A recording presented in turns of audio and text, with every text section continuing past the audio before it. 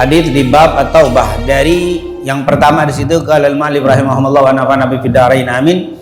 Wa an Abi Musa Abdullah ibn Qais al-Ash'ari radhiyallahu an Nabi sallallahu alaihi wasallam qala. An Abi Musa, dari Abu Musa.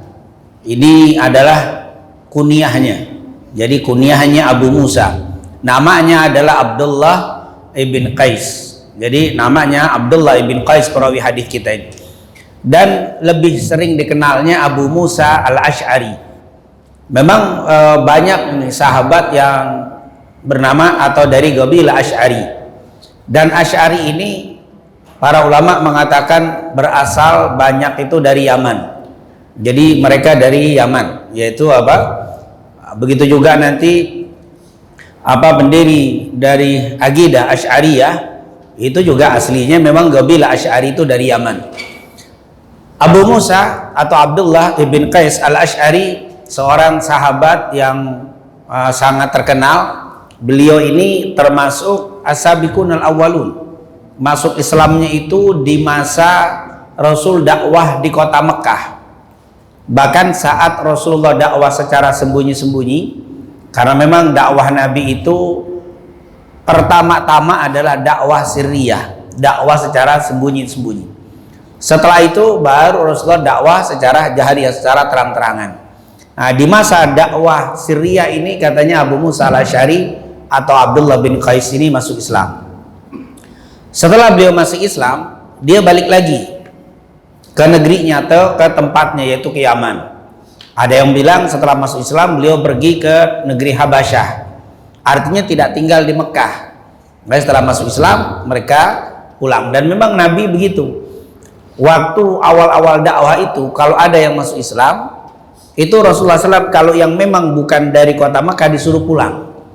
Kenapa? Karena kondisi Mekah nggak aman. Apalagi tahu ini pendatang, ini berbahaya.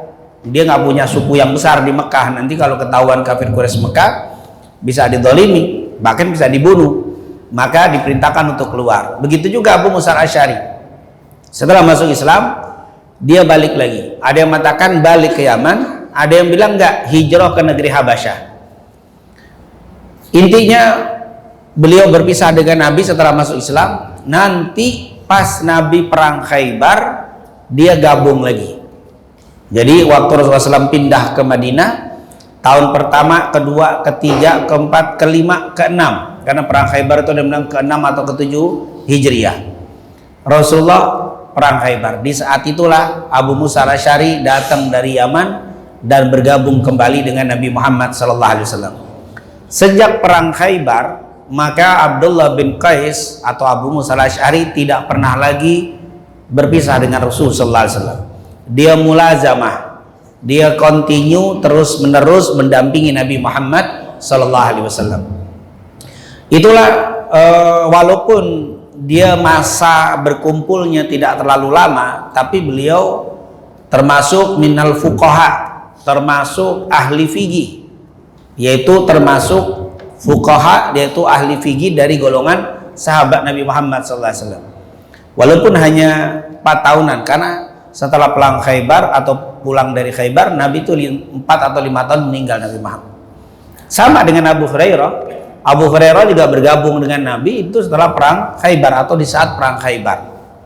Karena rombongan dari Yaman waktu itu sekitar 60 orang bergabung dengan Nabi di waktu perang Khaybar. Intinya, walaupun dia sedikit ikut bersama Nabi, tapi menjadi fuqaha, termasuk ahli fikih. Kenapa? Karena dia mulazamah, terus menerus mendampingi Nabi Muhammad SAW. Sekitar 4 atau 5 tahun mendampingi Rasul. Akhirnya beliau menjadi ahli fikih. Ustadz, kenapa misalkan ini kenapa sahabat yang misalkan dari awal nggak jadi ahli fikih, sementara ini ahli fikih?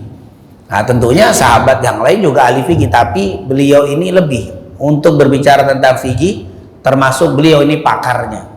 Karena sahabat itu ada bidang-bidangnya. Nanti kalau kita bicara sahabat ahli tafsir, nanti seperti Abdullah bin Abbas, Abdullah bin Mas'ud, itu termasuk ahli-ahli tafsir itu. Kalau bicara tentang waris, misalkan nanti Ali bin Abi Thalib, itu termasuk ahli apa? Faraid. Begitu juga bicara tentang manasik atau ibadah haji dan umrah, tata caranya. Manasik itu yang paling pandai, ada yang bilang Abu Musa, ada yang bilang Abu Ayyub Al-Ansari. Artinya ada bidang-bidangnya. Nah, beliau ini termasuk fuqaha, termasuk faqih, termasuk orang yang ahli di dalam ilmu fikih.